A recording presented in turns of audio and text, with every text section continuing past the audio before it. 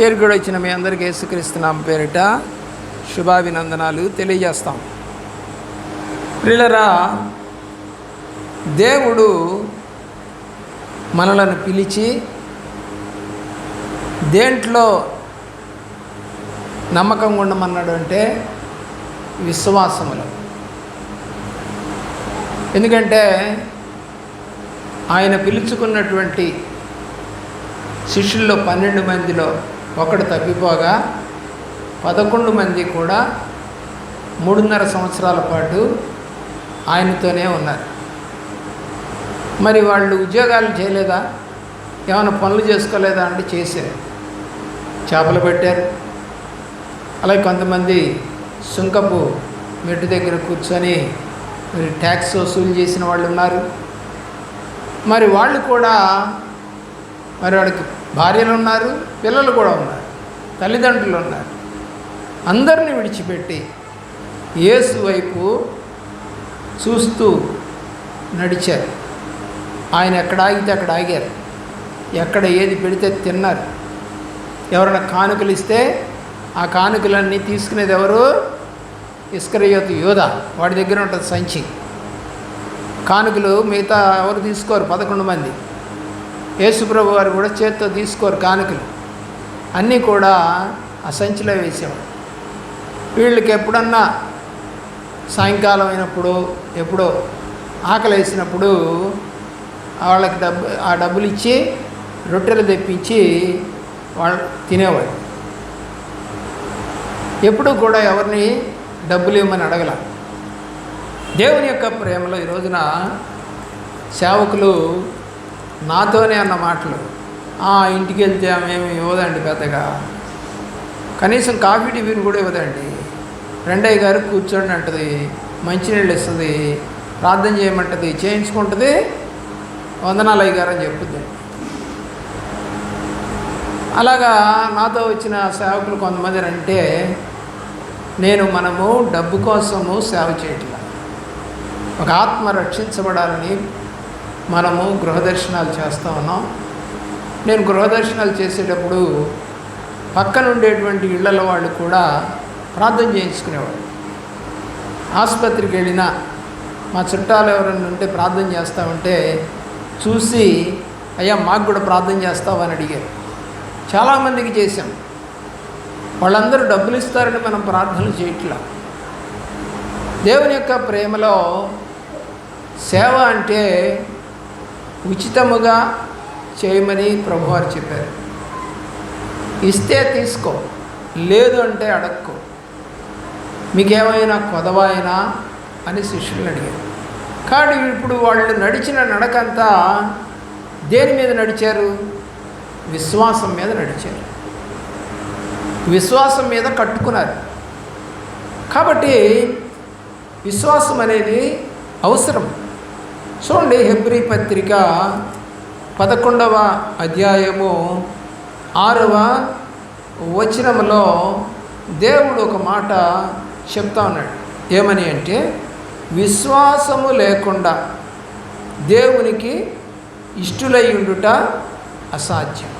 ఏమంటున్నాడండి? విశ్వాసం అనేది లేకుండా మేము దేవుడంటే మేము ఇష్టపడతాం, లేదా దేవుడంటే మమ్మల్ని ఆయన ఇష్టపడతాడు అనే మాటలు వాడుతూ ఉంటారు. కానీ చక్కగా వ్రాయబడింది మాట, విశ్వాసము లేకుండా దేవునికి ఇష్టుడై ఉండుట అసాధ్యం. దేవుని యొద్దకు వచ్చువాడు ఆయన ఉన్నాడనియు, తన్ను వెతుకువారికి ఫలము దయచేయవాడనియు నమ్మవలెను కదా. చాలామంది నమ్మటల్లా, పోతున్నామండి చర్చికి, కానీ ఏం కాలేదండి, మాకు దేవుడేమి ఇవ్వలేదండి అంటే, నువ్వు నమ్మకంగా వెళ్తున్నావా అని అడిగాడంటే ఒక సేవకుడు. నమ్మకం అంటే అప్పుడప్పుడు ఎగ్గొడుతున్నానండి, ఆదివారాలు కూడా పోవట్లేదు ఒక్కోసారి. మరి నువ్వు సరిగా వెంబడించకపోతే దేవుడు నీకు ఆశీర్వాదాలు ఎలాగిస్తాడు అన్నాడు. పిల్లరా, మార్క్స్ వార్తలో 5వ అధ్యాయంలో 34వ వచనం, అందుకు ఆయన కుమారి నీ విశ్వాసము నిన్ను స్వస్థపరిచింది. ఎవరు స్వస్థపరుస్తారు? చేయి పెట్టి నూనె రాచి ఏమండి మరి కేకలేసి హల్లెలూయా చేస్తే పోతాయి దయ్యాలు? ఆరోగ్యం వస్తుందా? ప్రభువారు అంటున్నారు ఒక స్త్రీతో, కుమారి నీ విశ్వాసము నిన్ను స్వస్థపరిచెను, సమాధానము గలదానవై పొమ్ము, నీ బాధ నివారణయై నీకు స్వస్థత కలుగును గాక అని ఆమెతో చెప్పాను. ఇంకా నువ్వు మాట్లాడుచుండగా అని రాయి. ఆ అమ్మాయికి స్వస్థత వచ్చేసింది. ఆయనేమి ముట్టుకోల, నూనె రాయిలా. ఏమంటున్నాడు? విశ్వాసంతో నువ్వు నా దగ్గరికి వచ్చావమ్మా, కాబట్టి ఆ విశ్వాసమే నిన్ను స్వస్థపరిచింది అన్నాడు. చాలామంది అన్ని జనులకు విశ్వాసం ఉంచినప్పుడు వాళ్ళకి మంచి జరుగుతూ ఉంటుంది, మేలు జరుగుతూ ఉంటుంది. కానీ వాళ్ళు తిరిగి యేసు ప్రభు దగ్గరికి రారు వాళ్ళు. గమనించండి, మత్తయి సువార్తలో 13వ అధ్యాయంలో 58వ వచనం, అంటే చివరి వచనం, వారి అవిశ్వాసమును బట్టి ఏంటండి, వారి అవిశ్వాసమును బట్టి ఆయన అక్కడ అనేకమైన అద్భుతములు చేయలేదు. అవిశ్వాసం ఉంటే అద్భుతాలు జరగవు. మీరు అడగవచ్చు, సేవకుడు వచ్చాడు జరుగును గాక అని చెప్పాడు కానీ జరగలేదు, ఏం సేవకులండి అని అంటారు కొంతమంది. అక్కడ దేవుడు రాశాడు, అందుకే ఏమని రాశాడు అంటే, అయితే 57వ వచనం, యేసు ప్రవక్త తన దేశములోను తన ఇంటను తప్ప మరి ఎక్కడైనను ఘనహీనుడు కాడని వారితో చెప్పి. తన వాళ్ళే సేవకుడిని తక్కువగా చూస్తారట. చాలామంది కుటుంబాలు అంతే జరుగుతాయి. బయట వాళ్ళు ఎవరో ప్రేమిస్తూ ఉంటారు ఆ ఫ్యామిలీలో సేవకుడిని, ఆ ఫ్యామిలీలో వాళ్ళు మాత్రం ప్రేమించరు. అక్కలు ఉంటారు, చెల్లెళ్ళు ఉంటారు, తమ్ముళ్ళు ఉంటారు, అందరు క్రైస్తవులే, కానీ వాళ్ళు ప్రేమించరు. దేవుని యొక్క ప్రేమలో వారి అవిశ్వాసమును బట్టి ఆయన అక్కడ అనేకమైన అద్భుతములు చేయలేదు. కాబట్టి నీ జీవితంలో కొరింథీయులకు రాసినటువంటి 2వ పత్రిక 4వ అధ్యాయము 4వ వచనంలో దేవుని సొరిగిపోయినటువంటి క్రీస్తు మహిమను కనపరచు సువార్త ప్రకాశం వారికి ప్రకాశింపకుండు నిమిత్తము ఈ యుగ సంబంధమైన దేవత అవిశ్వాసులైన వారి మనోనేత్రములకు గుడ్డితనము కలిగిస్తుంది. ఎవరికంట? అవిశ్వాసులకి. ఏమొచ్చిందంట? గుడ్డితనం. దేవుని శక్తిని చూడాలి అంటే విశ్వాసము అవసరం. శక్తిని చూడొద్దండి. ఆషామాషిగా దేవుని ప్రేమిద్దాం, ఆషామాషిగా చర్చికి వెళ్దాం, ఆషామాషిగా ప్రార్థన చేద్దాం, ఆషామాషిగా నవ్వుకుంటూ తిరుగుదాం. నవ్వొద్దని అంటల్లా, వస్త్రాలు కట్టుకోవద్దంటలా, సంతోషించొద్దంటలా, కానీ దేవుడికి ఇచ్చే సమయాన్ని మాత్రం దొంగిలించుకోవడం. ఏం చెప్పాడు? 6 రోజులు పని చేసుకోండి, 7వ రోజు నాకు ఇవ్వండి. అసలు పనే చేయొద్దన్నాడు 7వ రోజు. మరి చాలా బిజినెస్లు మీరు చూసుంటారు, అలాగే గవర్నమెంట్ ఎంప్లాయీస్ని మీరు చూసుంటారు, వాళ్ళందరికీ ఆదివారం సెలవు.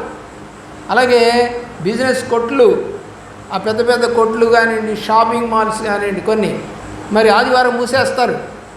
ఆలోచించండి, ఎందుకు ఇచ్చారు ఆదివారం? ఆలోచన చేయండి. దేవుడికి ఇవ్వండి. సంతోషంగా మీ పిల్ల పాపలతో గుడికి వెళ్ళండి. ఎవరు వెళ్తున్నారండి ఆదివారం గుడికి? కుటుంబం కలిసి దేవుడి సన్నిధికి వెళ్తుందా? లే. ఇచ్చిన సమయాన్ని వృధా చేసుకొని విశ్వాసాన్ని కాపాడుకోలేకపోతూ ఉన్నారు చాలామంది. కొలస్సీలకు రాసిన పత్రిక 2వ అధ్యాయం 5వ వచనం, నేను శరీర విషయంలో దూరముగా ఉన్నను, ఆత్మ విషయంలో మీతో కూడా ఉండి మీ యోగ్యమైన ప్రవర్తనను క్రీస్తునందలి మీ స్థిర విశ్వాసమును చూచి ఆనందిస్తాను. దేన్ని చూసి ఆనందిస్తాడు సేవకుడు? స్థిర విశ్వాసం, పట్టుదల కలిగిన విశ్వాసం, వదిలిపెట్టని విశ్వాసం, హత్తుకునే విశ్వాసం, ముద్దాడే విశ్వాసం, వెంబడించే విశ్వాసం. ఏమంటున్నాడు? మీ స్థిర విశ్వాసమును చూచి ఆనందించుచున్నాను. విశ్వాసం ఎలాగ ఉండాలి? స్థిరంగా ఉండాలి. బాగలేదు, తగ్గట్లేదు, ఇంకా తగ్గలేదు, మనకి 4 రోజులు అయింది, 5 రోజులు అయింది, ప్రార్థన చేస్తూనే ఉన్నాం, ఏం దేవుడు అనుకోకుండా దేవుడి దగ్గర ప్రార్థిస్తూనే ఉండాలి. యాయిరు కుమార్తె బ్రతకాలని తండ్రి గారు దేవుడి దగ్గరికి వెళ్ళాడు.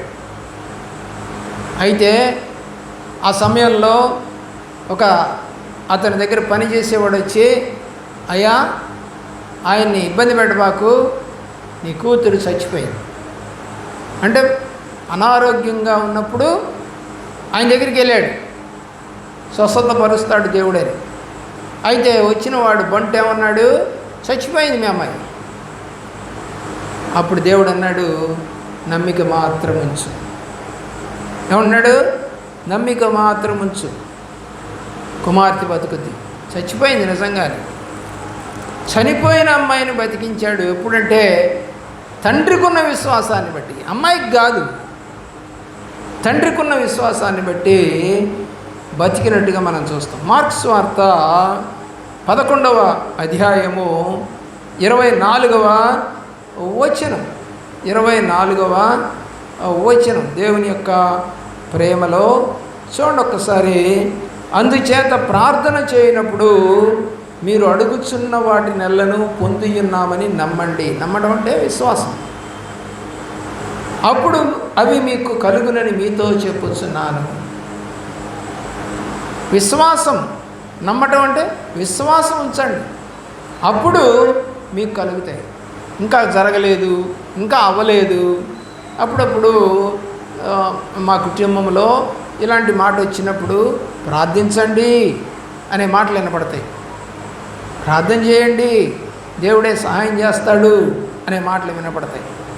ఎందుకంటే ఒక్కోసారి నిరుత్సాహం వస్తుంది, రాదనట్లేదు.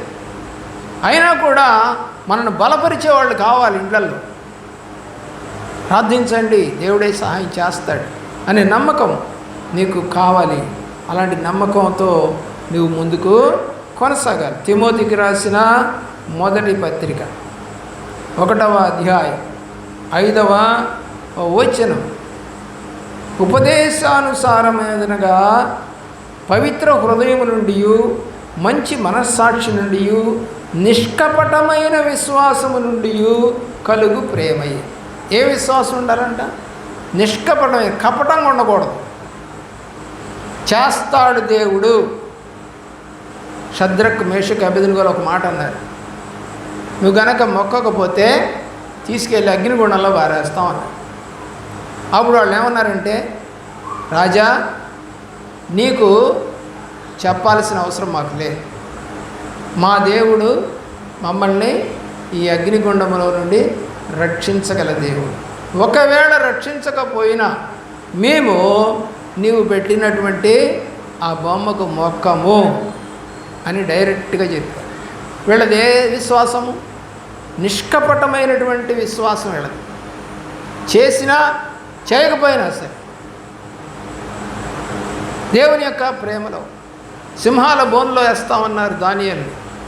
ఆయన మాత్రం 3 సార్లు రోజుకి ప్రార్థన చేయటం ఆపలా. మనమైతే ఏం చేస్తాం? బాగాలేదండి అందుకని ప్రార్థనకు రాలేదు. బాగాలేకపోతే ప్రార్థన చేయకూడదని అక్కడ రాసిందా? చెప్పారా? ఈ మధ్య ఎక్కడో నాకు ఒక వీడియో పెట్టారు, ఫారిన్ కంట్రీది. అక్కడ వాళ్ళ భర్త గారికి యాక్సిడెంట్ అయింది, ఆసుపత్రిలో చేర్చారు. 3 రోజులు అయింది, 4 రోజులు అయింది. రికవర్ అవుతుందిలే అని అనుకున్నారు డాక్టర్లు, కానీ రికవర్ అవ్వలేదు. ఆ యొక్క రీడింగ్ చూస్తూ ఉన్నారు, పల్స్ రీడింగ్, అవి కొంచెం కొంచెంగా తగ్గిపోతూ ఉంది. అంటే బ్లడ్ సర్క్యులేషన్లో తేడా వచ్చేసింది. సరే డాక్టర్లు చూసి మెడిసిన్ ఇస్తూ మరి అబ్జర్వేషన్లో పెట్టారు. అయితే ఆయన రాత్రి చనిపోయాడు. భార్య అక్కడే ఉంది.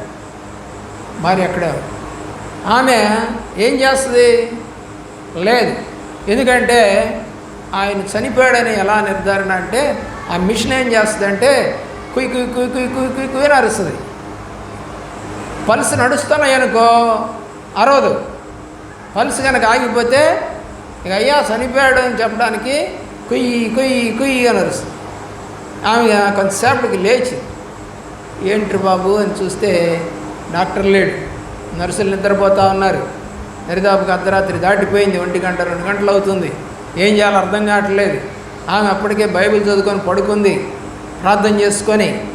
అయితే ఆమె ఏం చేసిందంటే ఆ బైబిల్ తీసుకెళ్ళి ఆయన రొమ్ము మీద పెట్టి అలాగే కూర్చొని అక్కడ బెడ్ దగ్గర ప్రార్థన చేస్తా ఆమె కూడా నిద్రపోయిందండి. నిద్రపోయింది ఎప్పుడో 4 గంటలకు 5 గంటలకు నిద్రపోయింది. ప్రియులరా, దేవుని యొక్క ప్రేమలో ఫారిన్ కంట్రీ కదండి, డాక్టర్ల దగ్గరికి ఇన్ఫర్మేషన్ వెళ్ళిపోతూ ఉంటుంది. ఆన్లైన్లో ఇన్ఫర్మేషన్ వెళ్ళిపోయింది. ఏమని? హీ ఈజ్ డెడ్, చనిపోయాడు అని. దేవుని యొక్క ప్రేమలో ఆలోచన చేయండి. సరే ఇంకేం చేస్తాం మనం అనుకొని డాక్టర్లు ఎవరు రాలేదు, నర్సులు కూడా ఎవరు రాలేదు, ఎందుకులే ఇప్పుడు హడావుడి చేయటం, తెల్లారిని తీసుకెళ్ళొచ్చులే బాడీని అనుకుంటున్నారు. దేవుని ప్రేమిస్తున్న పిల్లరా, మార్నింగ్ షిఫ్ట్లోకి వచ్చేటప్పుడు నర్సులు మరి ఒకసారి విజిట్ చేసి చూసి వెళ్ళిపోతారు. అప్పుడు వచ్చి చూస్తే ఈమె అట్లాగే పడుకొని ఉంది, బైబిల్ ఆయన రొమ్ము మీద ఆనుకొనే ఉంది. మళ్ళీ ఎప్పుడు పల్స్ స్టార్ట్ అయ్యాయో తెలీదు, రీడింగ్ చక్కగా నడుస్తూ ఉంది. హల్లెలూయా. ఏమండి, ఆ రీడింగు మళ్ళా స్టార్ట్ అయిపోయింది. చచ్చిపోయి బతికాడు. ప్రార్థన, విశ్వాసం, నువ్వు చేయగలవు అనే నమ్మకం. ప్రియులరా, ఈ రోజున అంత విశ్వాసం కలిగిన ప్రార్థనలు కనపడటం లేదు. కాబట్టి ఈ అమ్మాయి చనిపోయినా కూడా తిరిగి బతికింది దేవుని యొక్క ప్రేమలో. ఇంకొక బిడ్డ కూడా బతికాడు. చూద్దాం. 2 రాజుల గ్రంథం 4వ అధ్యాయం 2 రాజుల గ్రంథం 4వ అధ్యాయం 26వ వచనం. నీవు ఆమెను ఎదుర్కొనుటకై పరుగున పోయి నీవును నీ పెనిమిటియు నీ బిడ్డయు సుఖముగా ఉన్నారా అని అడుగుమని తన పనివాడైన గెహజీతో సేవకుడు చెప్పి పంపాను. అందుకామె సుఖముగా ఉన్నామని చెప్పాను. చచ్చిపోయాడు కొడుకు, మంచం మీద పడుకోబెట్టింది, భర్తకి చెప్పింది. రాత్రికాలం బండి కట్టించుకొని పోతా ఉంది సేవకుడి దగ్గరికి. ఇప్పుడు సేవకుడు తెలుసు కాబట్టి ఆ ఇంట్లోనే ఉండేవాడు కాబట్టి ఒకసారి ఆ పిల్లల్ని గదవండి.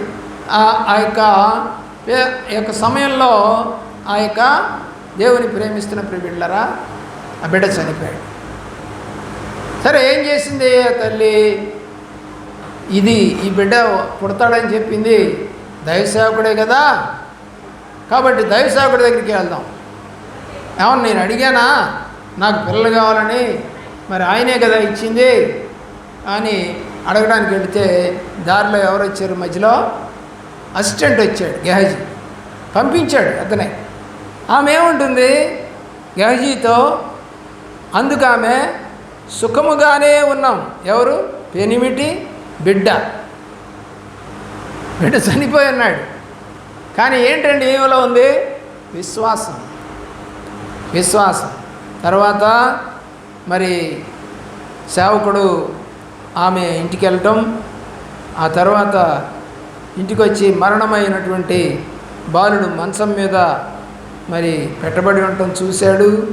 లోపలికి పోయి మంచం మీద ఎక్కి బిడ్డ మీద తన్ను తాను చాచుకొని తన నోరు వాని నోటి మీద, తన కళ్ళు వాని కళ్ళ మీదను, తన చేతులు వాని చేతుల మీదను ఉంచి 34వ వచనంలో కనపడుద్ది ఇదంతా.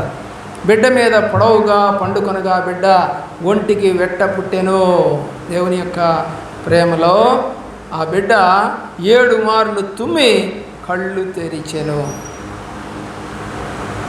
బతికాడు. విశ్వాసం. అసలు వదిలేసి వెళ్ళిపోయింది తల్లి. తండ్రికి అసలు తెలియదు ఆయన చచ్చిపోయాడు, ఆయన కొడుకు. గేహజీకి తెలియదు, బాగున్నారంటే బాగున్నారంది. మరొక విశ్వాసాన్ని కూడా మనము చూద్దాం. ఆదికాండము 22వ అధ్యాయము 5వ వచనం. తన పనివారితో మీరు గాడిదతో ఇక్కడనే ఉండుడి, నేను మీ చిన్నవాడును అక్కడికి వెళ్ళి, అంటే దేవుని దగ్గరికి వెళ్ళి, మరియా పర్వతానికి వెళ్ళి మొక్కి మరలా మీ యొద్దకు వచ్చేదమని చెప్పి, దేవుడు ఏం చెప్పాడు? బలి ఇవ్వమని అడిగాడు. సేవకుడు తన అసిస్టెంట్కి ఏం చెబుతున్నాడు? అక్కడ దాకా వచ్చాడు వాడు, ఈ కొండ ఎక్కడానికి కట్టెల మోపు ఇవన్నీ తీసుకొని ఈయనే పోతున్నాడు. కొడుకు మోస్తున్నాడు, ఇతను పైకి వెళ్తున్నాడు. పిల్లరా పనివారితో అంటున్నాడు ఏమని? ఇక్కడే ఉండండి మీరు, నేనును ఈ చిన్నవాడు అక్కడికి వెళ్ళి మొక్కి మరలా మీ వద్దకు వచ్చింది. దేంటి చంపేమన్నాడు కదా, బలిమ్మన్నాడు కదా దేవుడు. మరి అప్పుడు కొడుకు ఎట్ట వస్తాడు వెనక్కి? కానీ ఇతని ఉద్దేశం ఏంటి? దేవుడి మీద నమ్మకం, గట్టి విశ్వాసం. చాలామందిలో ఇది లేదు ఈ రోజున. నేను కూడా 4 ఏళ్ల క్రితం చనిపోయాను, కానీ దేవుడు బతికించాడు. నాకు తెలుసు ఆ సంగతి. విశ్వాసం ఎప్పుడు కూడా కాపాడుతుంది. దేవుని యొక్క ప్రార్థన ఎప్పుడు కాపాడుతుంది. నమ్మకం ఎప్పుడు కాపాడుతుంది. పడిపోయిన వారిని లేవనెత్తేదే విశ్వాసం. ప్రియులారా, కొడుకు అడిగాడు, నానా దహన బలికి కట్టెలు తీసుకొని తన కుమారుని ఇస్సాకు మీద పెట్టి తన చేతితో నిప్పును కత్తిని పట్టుకొని పోయిను. వారిద్దరు కూడా వెళ్ళిపోయారు, కొండ మీదకి వెళ్ళారు. కుమారుని వధించుటకు తన చెయ్యి ఎత్తి కత్తి పట్టుకున్నాడు, చంపేస్తాడు. మరి చనిపోతే మరి సేవకుడికి చెప్పిందేంటి? మేము మొక్కి వస్తామని చెప్పాడు. వధించడానికి వెళ్తున్నానని చెప్పలేదు. యెహోవా దూత పరలోకము నుండి 11వ వచనం, అబ్రహామా అని అతన్ని పిలిచెను. అందుకు అతడి చిత్తం ప్రభు అని. అప్పుడు ఆయన ఆ చిన్నవాని మీద చేయి వేయకము, అతను ఏమీ చేయకము, నీకు ఒక్కడై ఉన్న నీ కుమారుని నాకియ్య వెనుతీయలేదు గనుక నీవు దేవునికి భయపడువాడు అని ఇందువలన నాకు కనపడేను. అప్పుడు అబ్రహామును దేవదూత ఆశీర్వదించింది. పిల్లరా 17వ వచనం, నేను నిన్ను ఆశీర్వదించి ఆకాశ నక్షత్రముల వలె సముద్ర తీరమందుల ఇసుక వలెను నీ సంతానమును నిశ్చయముగా విస్తరింపచేసేదను. ఒకగానొక కొడుకు ఇచ్చేయమన్నాడు. విశ్వాసంతో నడిచాడు అబ్రహాం. అందుకని అతను ఏమన్నారు? విశ్వాసులకు తండ్రి. విశ్వాసులకి హెడ్ ఆఫ్ ది డిపార్ట్మెంట్ ఎవరయ్యా అంటే అబ్రహామే. బైబిల్లో ఎవరు అంత నమ్మకంగా ఎవరు అంతగా చేయలేదు. ఆ తర్వాత హతసాక్షులు అయ్యారనుకోండి, తర్వాత విషయం అది. ప్రియులరా, మరొక వ్యక్తిని మనం చూద్దాం విశ్వాసం ఎలాగుందో. యెహోషువ గ్రంథం అందరికీ తెలిసిన మాటలే, కొత్త ఏం కావు. 10వ అధ్యాయం 12వ వచ్చింది. యెహోవా ఇశ్రాయేలు ఎదుట అమోరీయులను అప్పగించిన దినమున ఇశ్రాయేలు వినుచుండగా యెహోవాకు ప్రార్థన చేశారు. విశ్వాసంతో చేస్తూ ఉన్నాడు. యుద్ధభూమిలో సూర్యుడా నీవు గిబియోనులో నిలువుము, చంద్రుడా నీవు అయ్యాలోయలో నిలువుము. జనులు తమ శత్రువుల మీద పగ తీర్చుకునే వరకు సూర్యుడు నిలిచెను, చంద్రుడు ఆగెను అని మాట యెషయా గ్రంథంలో రాయబడింది. ఎవరి దగ్గర ఉంటుంది యెషయా గ్రంథం? యూదుల దగ్గర ఉంటుంది, ఇజ్రాయెల్ దేశంలో ఉంటుంది. కాబట్టి ఆ విషయాలను అక్కడ రాయబడి ఉన్నాయని మన గ్రంథంలో రాయబడింది. ఇక్కడ దేవుని యొక్క ప్రేమలో ఆలోచన చేయండి. యుద్ధభూమిలో పొద్దుగూకింది, ఇంకా యుద్ధం అయిపోలేదు, మళ్ళా ఇళ్ళకి వెళ్ళి మళ్ళా వచ్చి మళ్ళా యుద్ధం చేయాలి. ఇదంతా వద్దయ్యా, కాస్త పొద్దుగూకుండా చేయి. ఈలోపు కొద్దిమంది ఉన్నారు ఇంకా శత్రువులు, వాళ్ళని కూడా మేము చంపేస్తాం అని ప్రార్థన చేశాడు. ఎలాగా? విశ్వాసంతో. ఆ ప్రార్థన దేవుడు విన్నాడు, వెంటనే ఆ కార్యములు చేశాడు. నిర్గమాకాండంలో 14వ అధ్యాయంలో మోషే కూడా ఇలాంటి విశ్వాసాన్ని కనపరిచినట్టుగా మనకు కనపడుతుంది.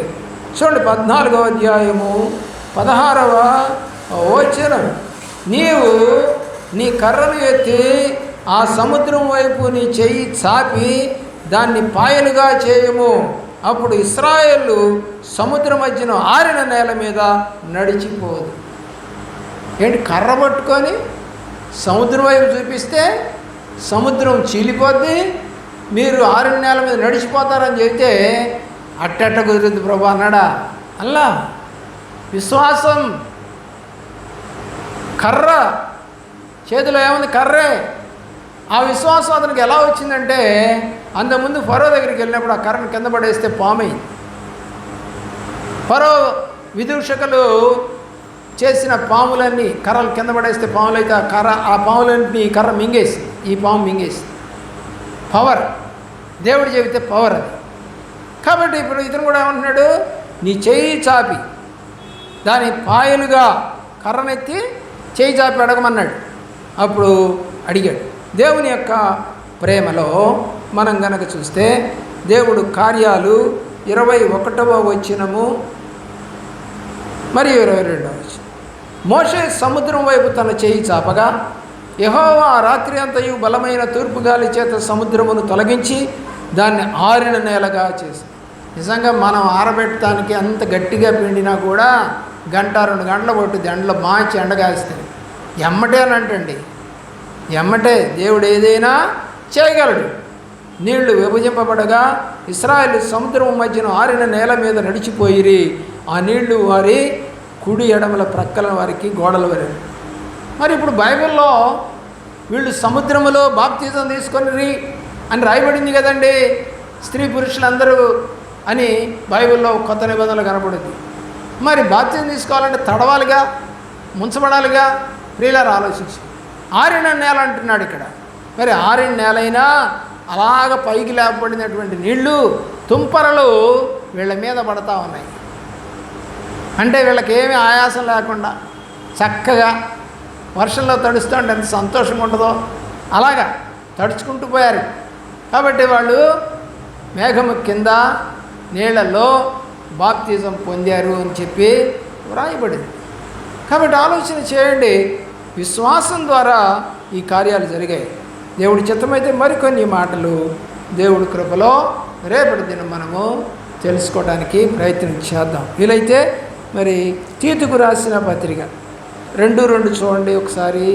తీతుకు రాసిన పత్రిక 2వ అధ్యాయము 2వ వచనం, 2వ అధ్యాయం 2వ వచనం. ఎలయనగా వృద్ధులు, మితానుభవము గలవారును, మాన్యులను, స్వస్థబుద్ధి గలవారును, విశ్వాస ప్రేమ సహనముల యందు లోపము లేని వారునై ఉండవలనని.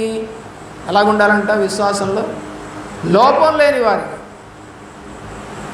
విశ్వాసంలో లోపం ఉండకూడదు. అన్న ఎలా అడిగింది? 1 సమూయేలు గ్రంథం 1వ అధ్యాయం 10వ వచనంలో, నాకు ఒక మగ బిడ్డనిస్తే. విశ్వాసంలో ఆమె లోపంగా అడిగిందా? అడగలా. కుమారుడే కావాలని అడిగింది. అమ్మాయి వద్దు, కొడుకే కావాలి. ఎందుకు? మొట్టమొదటి పుట్టిన కొడుకుని ఏం చేస్తారు? పాత నిబంధనలో అతని దేవుడికి ఇస్తారు, దేవునికి ఇచ్చేస్తారు. జ్యేష్ఠ కుమారుడిని దేవుడికి ఇవ్వాలి. కాబట్టి నువ్వు మొట్టమొదటి నాకు కొడుకునిస్తే ఆ కొడుకుని మళ్ళీ నీకే ఇచ్చేస్తాను అని అడిగి. ఏ విశ్వాసం అండి? లోపము లేని విశ్వాసం. బైబిల్లో చాలా కనపడతాయి. ఎన్నైనా చెప్పచ్చు విశ్వాసాల గురించి. కొన్ని వందలు ఉన్నాయి. సబ్జెక్టు నెలలు చెప్పుకున్నా కూడా తరిగిపోయిన సబ్జెక్టు ఉంది బైబిల్లో. అలాంటి సబ్జెక్టు పిల్లరా ఎలాగ ఉందంట? లోపము లేని విశ్వాసం. లోపం లేని వారిగా మనము ఉండాలి. మత్తయి సువార్త 9వ అధ్యాయము 28, 29వ వచనాలు చూద్దాం. ఆయన ఇంట ప్రవేశించిన తర్వాత ఆ గుడ్డివారు ఆయన ఎద్దకు వచ్చి, యేసు నేను ఇది చేయగలనని మీరు నమ్ముచున్నారా అనేవారు. దేవుడు ఒక మాట అడుగుతాడు ఎప్పుడు. నేను చేస్తానని నీకు నమ్మకం ఉందా? అంటే విశ్వాసం ఉందా? నువ్వు చర్చికి వచ్చావు, దేవుడు చేస్తాడనే విశ్వాసం నీకు ఉందా? ఆయన అడిగాడు. ఏమన్నాడు? ఇది చేయగలనని మీరు నమ్ముచున్నారా అని వారిని అడగగా వారు నమ్ముచున్నాము ప్రభువా అని ఆయనతో చెప్పారు. అప్పుడు ఆయన వారి కన్నులు ముట్టి మీ నమ్మిక చొప్పున మీకు కలుగునుగాక అని చెప్పి అంతలో వారి కన్నులు తెరవబడింది. గుడ్డి వాళ్ళ కన్నులు తెరవబడ్డాయి. ఏముండాలి వాళ్ళకి? విశ్వాసం ఉండాలి. విశ్వాసం ఉంటే దేవుడి కార్యాలు మనం చూడగలుగుతాం. అవిశ్వాసంతో అడగద్దు, అపనమ్మకంతో అడగద్దు. చేయలేదే అని దిగులు ఉండొచ్చు, కానీ ప్రభు పాదాలు పట్టుకోవటం మానేయద్దు. ఆ అమ్మాయి పాపం చేసి వచ్చి ప్రభు పాదాలు పట్టుకొని కన్నీరు గారుస్తూ తన జుత్తుతో ఆయన కాళ్ళను తుడుస్తూ ఉంటే ఆమె విస్తారమైన పాపములు క్షమించబడ్డాయి. మన పాపాలు క్షమించబడతాయి. ప్రభు దగ్గరికి రావాలి, ప్రార్థన చేయాలి, తప్పును ఒప్పుకోవాలి, ఏమండి పశ్చాత్తాపడాలి, సరి చేసుకోవాలి, సమాధానపడాలి. దేవుని వెంబడించడం మానకూడదు.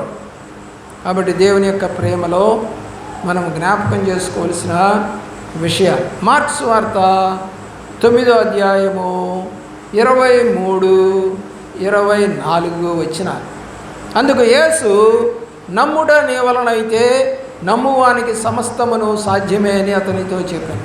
వెంటనే ఆ చిన్నవాని తండ్రి నమ్ముచున్నాను, నాకు అపనమ్మకం ఉండకుండా సహాయం చేయమని బిగ్గరగా చెప్పాను. ఆ యొక్క వ్యక్తి దగ్గరికి మరి మోగ చెవిటి దయ్యం కలిగిన వాడు వచ్చాడు. వాడిని వదిలిపోమన్నాడు. ఇక వానిలో ప్రవేశింపవద్దని నీకు ఆజ్ఞాపించానని చెప్పి ఆ పవిత్రాత్మను గద్దించాను. అప్పుడు అది కేక వేసి వానిని ఎంతో విలువలలాడించి వదిలిపోయింది.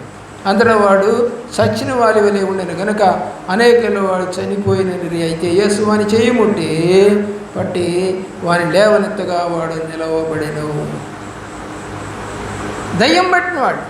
బైబిల్ చెప్తా ఉంది, మూగతనం అనేది దయ్యం, చెవిటితనం అనేది దయ్యం. మూగవైన చెవిటి దయ్యమా, వారిని వదిలిపోము. కాబట్టి దయ్యాలు పడితే మూగతనం వస్తుంది, చెవిటితనం వస్తుంది, గుడ్డితనం కూడా వస్తుంది, అనారోగ్యం కూడా వస్తుంది. ఏమంటే యోబుకి ఎవరు పట్టారు? దేవుడు అనుమతిస్తే సాతాను పట్టింది. సాతాను పడితే ఏమైంది? ఒళ్ళంతా కురుపులు,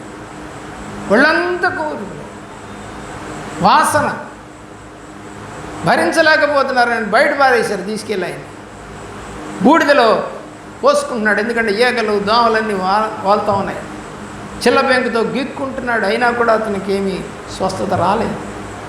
వీళ్ళరా ఆలోచించి దేవుడు అనుమతిస్తే రోగాలు వస్తాయి.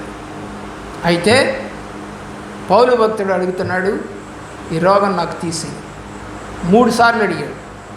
3 సార్లు కూడా మై గ్రేస్ ఈజ్ ఎనఫ్ అన్నాడు. అంటే నా కృప నీకు చాలు, ఫినిష్. ఇంక మళ్ళీ అడగలేదు. అంటే రోగం పోదు, కానీ నా కృప నీ మీద ఉంటుంది. చాలామంది సేవకుల్లో రోగాలు పోవు, కానీ దేవుని కృప ఉండి విస్తారంగా సేవ చేసిన వాళ్ళు ఉన్నారు, చేస్తున్న వాళ్ళు ఉన్నారు. అది ఆయన కృప. చాలామంది అంటారు, మీకు బాగాలేదు కదండి, ఎలా ఉండగలుగుతున్నారంటే దేవుడి కృప. My grace is enough. విశ్వాసంలో దేవుడి కృపని మనము నమ్మాలి. నమ్మితేనే కానీ కార్యాలు జరగవు. అలాంటి విశ్వాసం నీకు కూడా దేవుడు దయచేసి నడిపించి దీవించును గాక. మోకరించండి, ప్రార్థన చేసుకుందాం.